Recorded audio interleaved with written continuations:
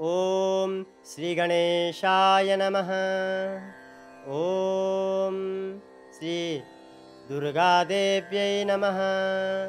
ॐ नमश्चण्डिकायै। ॐ तत्षष्ठोऽध्यायः। ध्यानं नागाधीश्वरविष्टरां फणिफणोत्तं सोरुरत्नावली भास्वद्देहलतां दिवाकरनिभां नेत्रत्रयोद्भासितां मालाकुम्भकपालनीरजकरां चन्द्रार्धचूडां परां सर्वज्ञेश्वरभैरवाङ्कनिलयां पद्मावतीं चिन्तये। ॐ ऋषिरुवाच इत्याकर्णवचो देव्याः स दूतोऽमर्षपूरितः समाचष्टसमागम्य दैत्यराजाय विस्तरात्। तस्य दूतस्य तद्वाक्यम् आकर्ण्यासुरराट्ततः सक्रोधः प्राह दैत्यानाम् अधिपं धूम्रलोचनं। हे धूम्रलोचनासु त्वं ससैन्यपरिवारितः तामानय बलान् दुष्टां केशाकर्षणविह्वलां तत्परित्राणतः कश्चिद् यदि वोत्तिष्ठते परः स हन्तव्यो मरो वापि यक्षो गन्धर्व एव वा।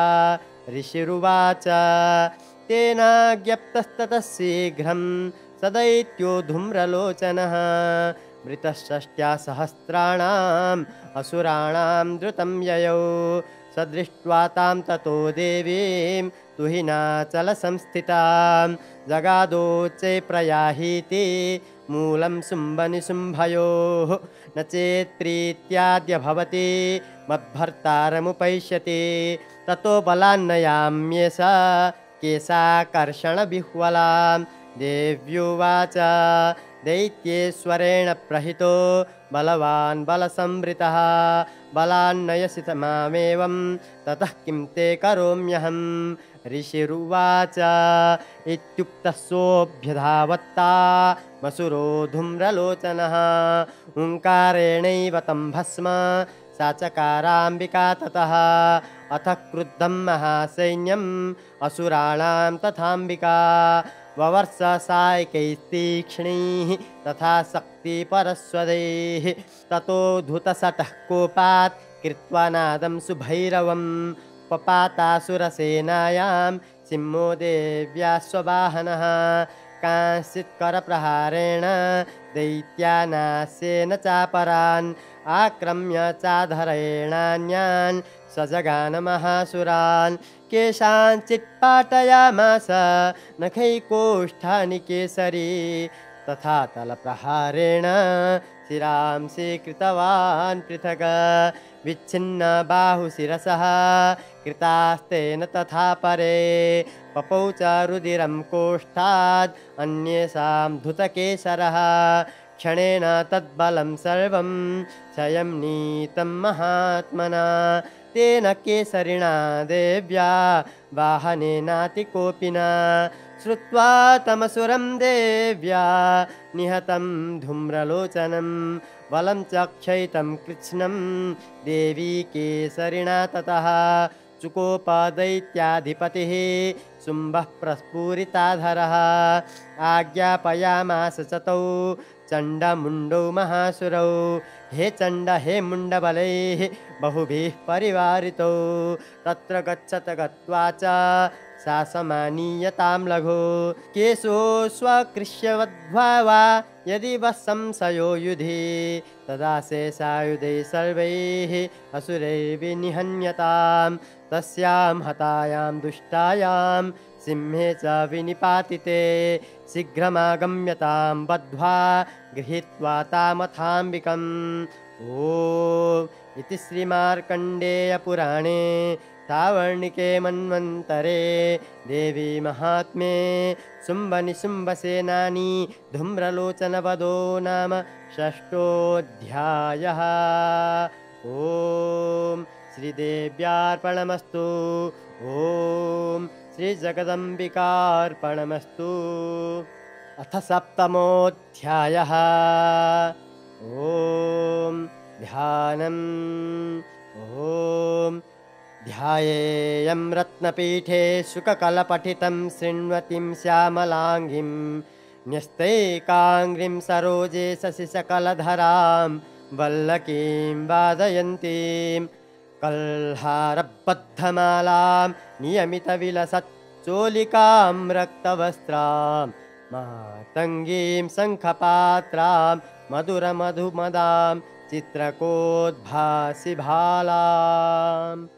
ॐ नमश्चण्डिकायै।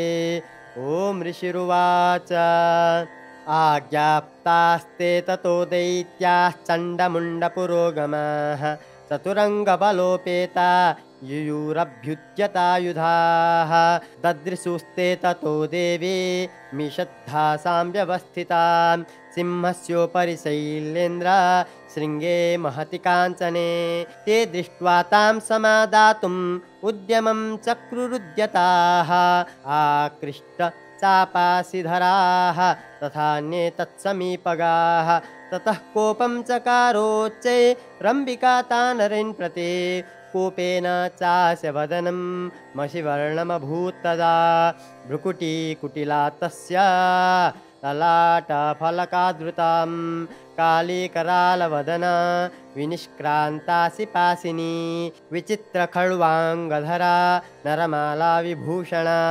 द्विपीचर्मपरिधाना शुष्कमांसाति भैरवा अतिविस्तारवदना जिह्वाललनभीषणा निमग्नरक्तनयना नादापुरितदिङ्मुखा सा वेगेना विपतिता घातयन्ती महासुरान् सैन्ये तत्सुरारीणाम् अभक्षयत तद्बलं पार्ष्णिग्राहाङ्कुशग्राही यूधघण्टा समन्वितान् समादायैकहस्तेन मुखे चिक्षेपवारणान् तथैव योधं तुरगै रथं सारथिना सह निक्षिप्य वक्त्रदशने सर्वयन्त्यतिभैरवम् एकं जग्राह केशेषु ग्रीवायामथ चापरं पादेनाक्रम्य चैवान्यमरुसान्यपपोथयत् तैर्मुक्तानि च शस्त्राणि महस्त्राणि तथासुरैः मुखेन जग्राहरुषा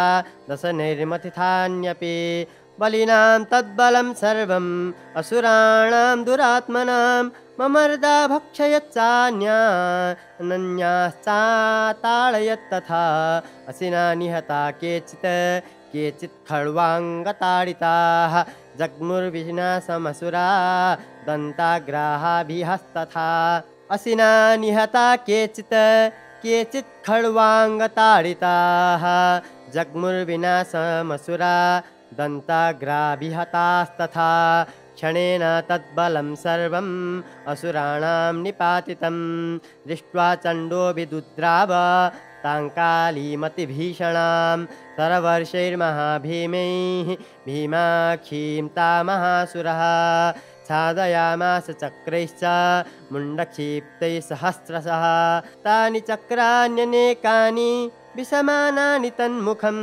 बभूर्यथार्कबिम्बानि सुबाहूनि घनोदरं ततो जहासातिरुषा भीमं भैरवनादिनी कालीकरालवक्त्रान्त दुर्दर्शदशनोज्ज्वला उत्थाय च महासिंहं देवी चण्डमधावता गृहीत्वा चास्य केशेषु शिरस्तेनासिनाच्छिनत्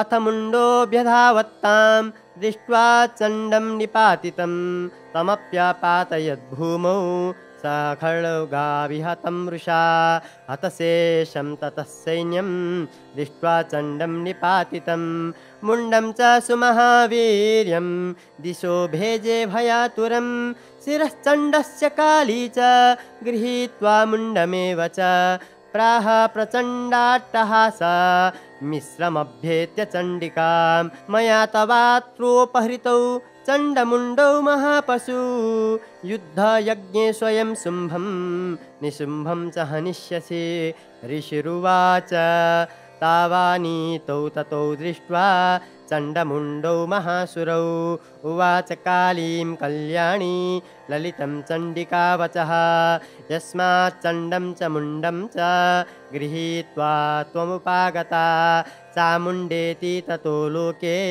ख्याता देवी भविष्यसि यस्मात् चण्डं च मुण्डं च गृहीत्वा त्वमुपागता चामुण्डेति ततो लोके ख्याता देवी भविष्यसि ॐ इति श्रीमार्कण्डेयपुराणे सावर्णिके मन्वन्तरे देवी महात्म्ये चण्डमुण्डवधो नाम सप्तमोऽध्यायः।